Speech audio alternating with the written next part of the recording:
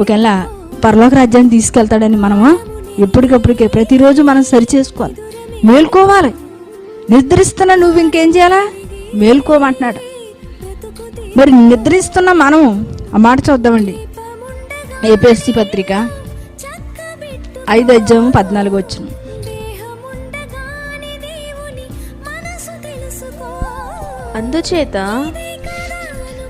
అందుచేత నిద్రించుచున్న నీవు మేల్కొని మృతులలో నుండి లేము. క్రీస్తు నీ మీద ప్రకాశించునని ఆయన చెప్పుచున్నాడు. ఎందుకంటే నిద్రిస్తున్న నీవు మేల్కో, క్రీస్తు నీ మీద ప్రకాశిస్తున్నాడు. ఇంకా ఏ నిద్రమత్తులో ఉన్నావో, ఏ లోకాశలనే కోరికల్లో ఉన్నావేమో, లేకపోతే లోకంలో ఒకవేళ బంధారకమైన బంధాల్లో కట్టుబడి ఉన్నావేమో. ఏ బంధాల్లోంచి నువ్వు విడుదల పొంది క్రీస్తుకు బందీ అయితేనే నువ్వు పరలోక రాజ్యానికి చేరగలవు. లేకపోతే ఈ లోకంలో ఏ బంధాల్లో నువ్వు బంధింపబడినా క్రీస్తుకు బందీవి అవలేవు.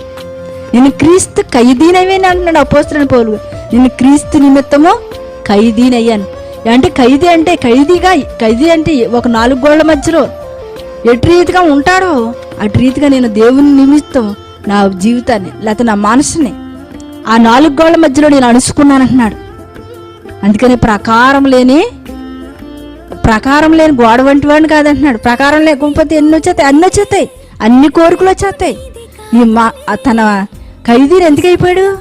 తన మనసుని అణుచుకున్నాడు, తన మనసుని. అందుకని నేను అన్ని చేయడానికి నాకు ఉంది హక్కు, కానీ నేను అన్ని చేయడానికి నేను కాదు. కానీ తన నీతిగల మనసుని ఏం చేసుకున్నాడు? దినదినము మరి ఎంతగానో కాపాడుకుంటూ గొప్ప ప్రవక్తగా, గొప్ప అపోస్తలుడైన పౌలు గారు ఉన్నారండి. ఎందుకంటే దినదినము, ఎందుకంటే తన ఖైదీని అయిపోయాను అంటున్నాడు. క్రీస్తు నిమిత్తం నేను ఖైదీని అయిపోయాను అంటున్నాడు.